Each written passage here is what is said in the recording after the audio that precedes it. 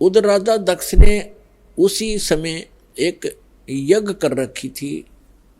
एक धार्मिक अनुष्ठान कर रखा था अपने घर में।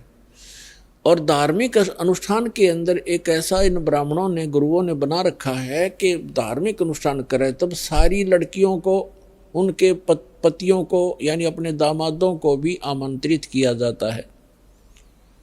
और भी गणमान्य व्यक्तियों को, साधु संतों को भी आमंत्रित किया जाता है। तो पार्वती जी की जो अन्य बहनें थी उनके पति भी आए हुए थे, वो बहनें भी आमंत्रित की हुई थी, लेकिन पार्वती को आमंत्रित नहीं किया था, ना शिव को बुलाया था, क्योंकि राजा दक्ष उनको, उनकी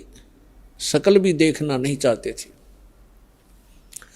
जब पार्वती अपने घर पहुंची तो क्या देखा, वहां हवन हो रहा है, यज्ञ हो रही है, और जितने भी रिलेटिव थे सभी आए हुए हैं, सभी बहनों के पति भी आए हुए हैं, और उनके यथाचित उस यज्ञ में आसन लगाए हुए हैं,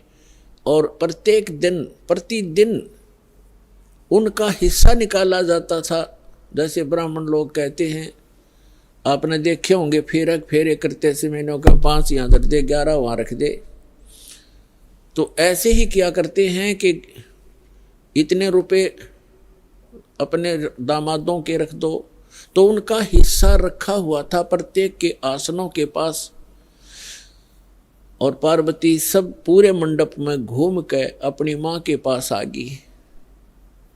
और ना दक्ष उनसे मुख से बोला कि आजा बेटी, और बेटी माँ के पास ही अपना दुख रोया करती है। अपनी माँ के पास जाके कहने लगी, माँ आपने यज्ञ कर रखा है,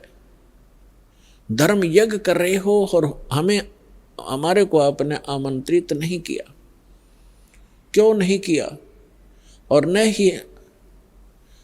और ऐसा भी था कि जैसे किसी बहन का कोई पति नहीं आया है, उपस्थित नहीं हो पाया किसी कारण से, तो उसका आसन लगा रखा है और उसके लिए फी प्रॉपर उसका हिस्सा भी रखा हुआ है। तो पार्वती जी ने कहा अपनी माँ से कि आपने ना तो अपने दामाद को आमंत्रित किया, ना मुझे किया, ना उसका आसन लगा रखा है, ऐसा भेदभाव तुमने क्यों किया हमारे से? तब माँ ने कहा कि बेटी, ना तो तू मानती मेरी बात, ना तेरा पिता मानता, तूने भी अपनी मर्जी से ब्याह किया था, इससे तेरा पिता क्षुब्ध है,